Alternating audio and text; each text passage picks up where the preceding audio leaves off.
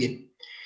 Eh, Consideraría primero, antes que nada, antes de iniciar, qué es o por qué estamos nosotros aquí aprendiendo derecho internacional cuando hay varias áreas del derecho que pudiéramos aprender y que a lo mejor alguno de ustedes ya lo está postulando, como ahora actualmente lo dicen algunos abogados, que se dedican a la parte, a lo mejor, del derecho público en general, penal, fiscal, administrativo, u otros del derecho civil, como propiamente el derecho civil, el derecho mercantil, otros con el derecho social, que tiene que ver con la parte agraria, con la parte laboral.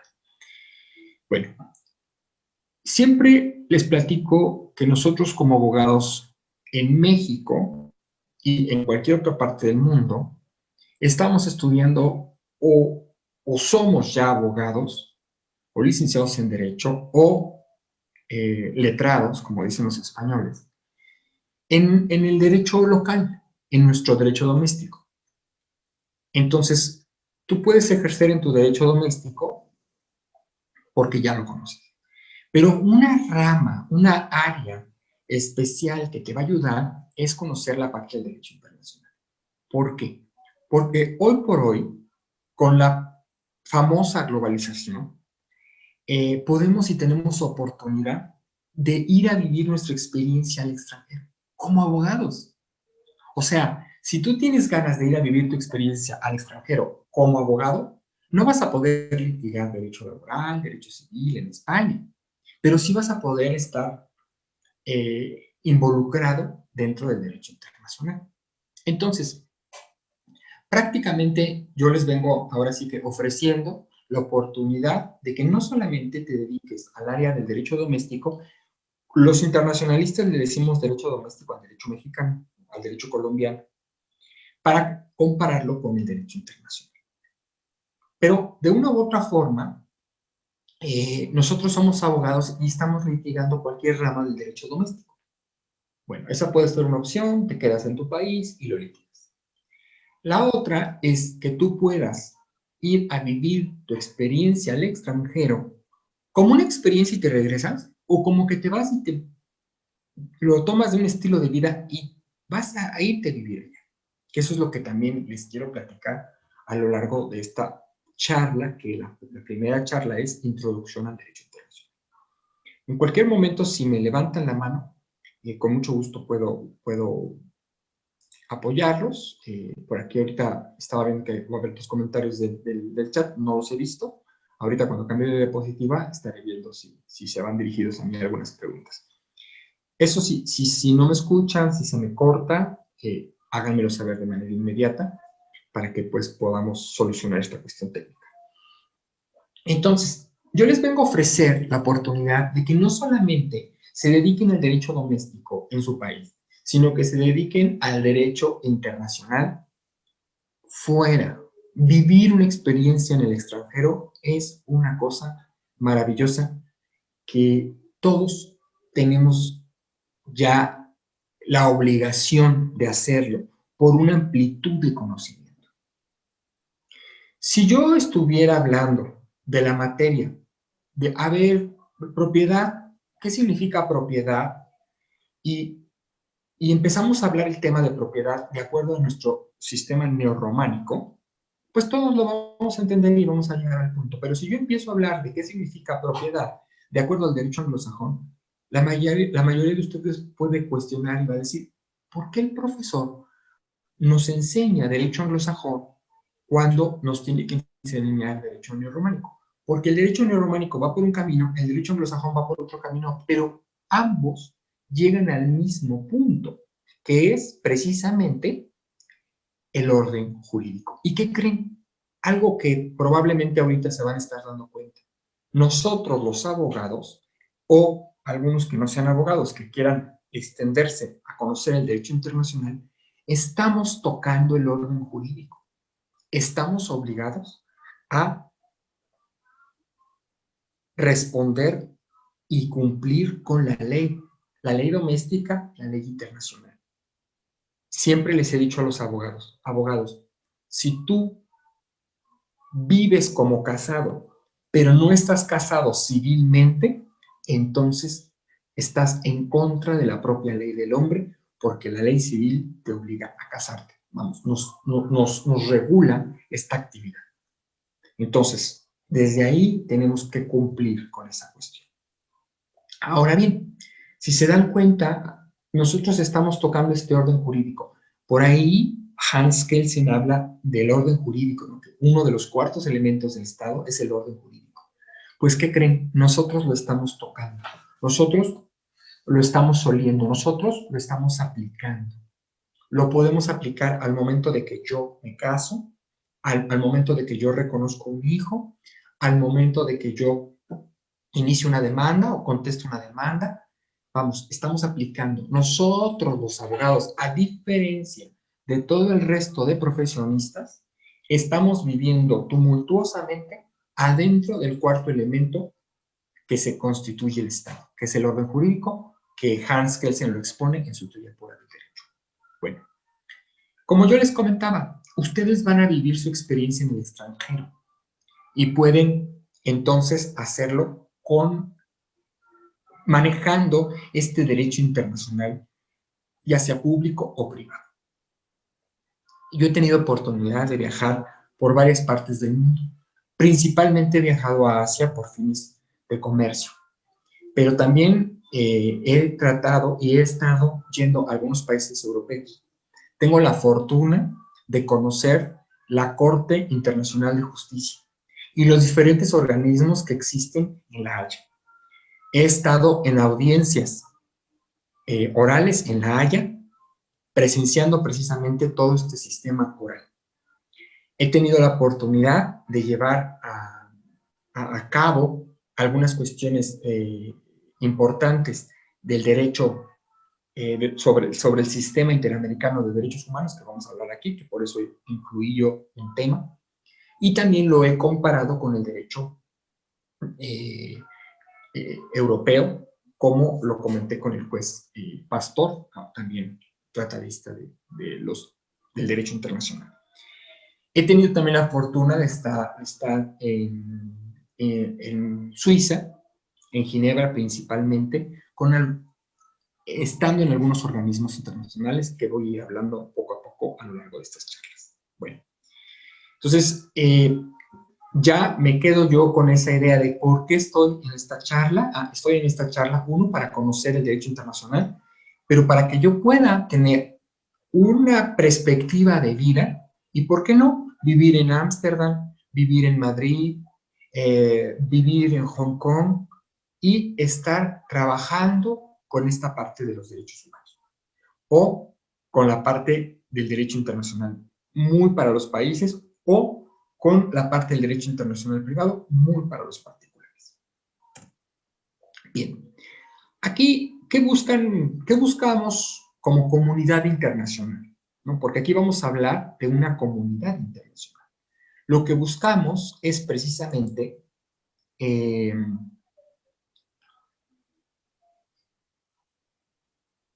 buscamos esta parte de ser libres, de tener una seguridad, una tranquilidad. Ahora, muchas veces podemos decir, bueno, ¿hasta dónde va a llegar mi libertad? ¿Hasta dónde va a llegar tu libertad? Porque en aras de la libertad, pues podemos coartar algunas libertades de otras personas. Recuerden que las obligaciones, también hay obligaciones de abstenerse.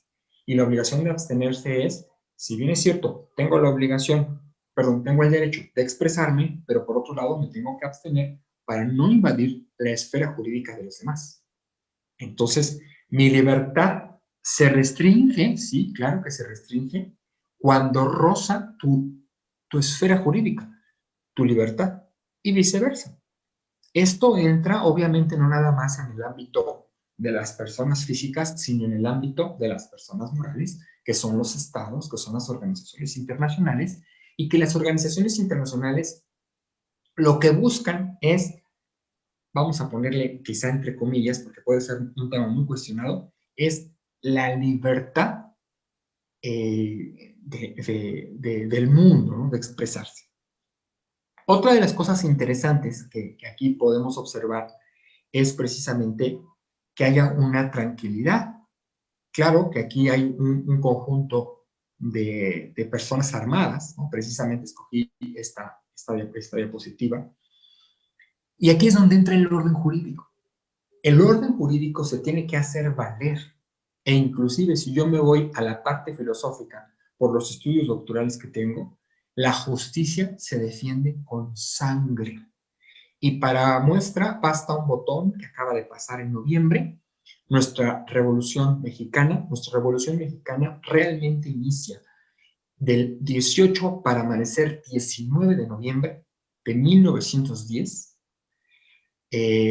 con la defensa de la propia justicia de los hermanos Aquiles Cerdán frente al ejército de Porfirio Díaz, que al final son abatidos y mueren ellos en la madrugada del 19 en su casa, que ahora es un museo en la calle Santa Clara número 4.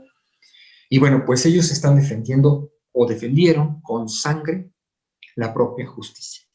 ¿Por qué? Porque se vivían un mundo de injusticias en ese contexto que se estaba viviendo en México. Bueno, entonces, ¿aquí qué buscan los países? Buscan precisamente esta situación.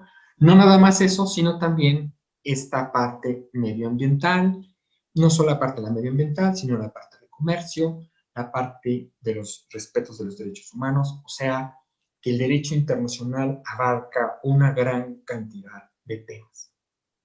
Voy a introducirlos un poquito en esta situación y en este contexto. Si bien es cierto, los países se empiezan a integrar allá por los siglos XVI, XVII, ¿no? O sea, si se dan cuenta, pues cuando llegan aquí los españoles y cuando es la Nueva España y luego cuando es nuestro periodo independentista y después nuestro periodo revolucionario, si lo comparamos un poquito en contexto con los demás países, pues los países se están organizando como países en esos siglos. Y si bien es cierto, Jelinek nos comentaba que para que un Estado tenga la calidad de Estado tiene que tener tres cosas, que vienen siendo el territorio, la población y el gobierno, y después Hans Kelsen nos dice que es el orden jurídico, que es cuando nosotros estamos como abogados inmersos en este orden jurídico. Entonces, voy a poner un punto de partida interesante.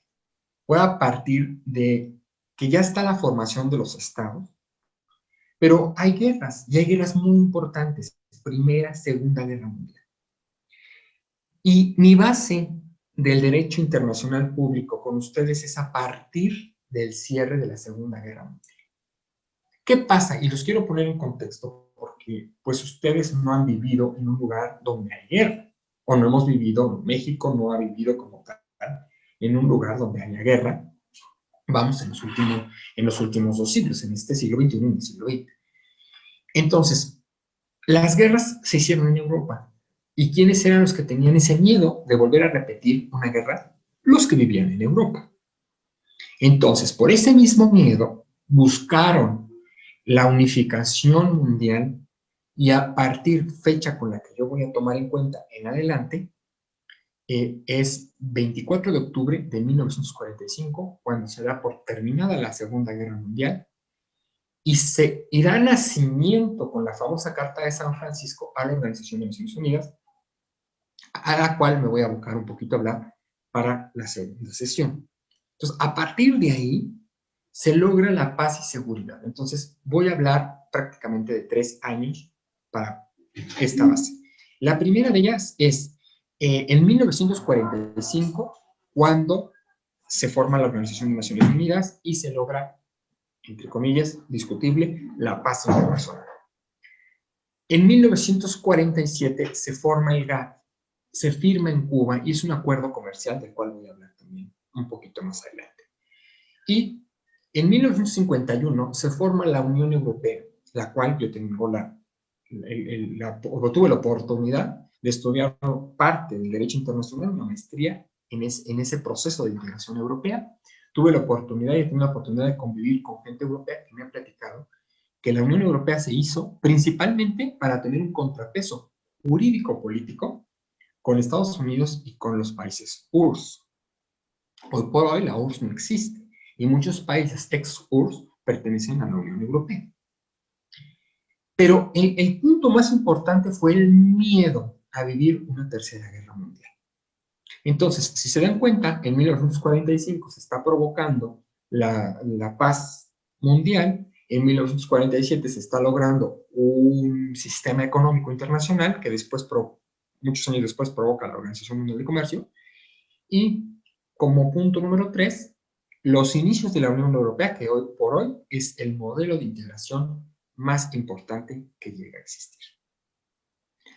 Entonces, bueno, pues es indiscutible que nosotros